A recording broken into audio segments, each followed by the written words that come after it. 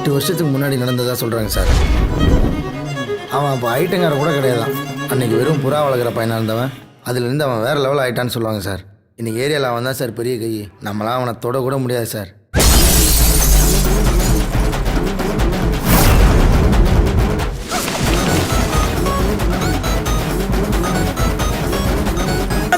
மொட்டு பையன் சார். அவனுக்கு கோவம் வந்துச்சு, சுற்றி இருக்கவங்களாம் தெரிச்சு ஓடுவான். ஏரியா ஜனங்களுக்கு மாறிய பிடிக்குமா? ஐயா சேட்டை பிடிச்ச பையன் சார். சும்மா ஜாலிக்காகலாம் இம்சை பண்ணுவான் சார். எப்படி ஏன்டா பீர்வலை ஏத்துறானுங்கோ? இந்த ஏரியால எது நடந்தாலும் மாறிட்ட கேட்டு தான் நடக்கணும்.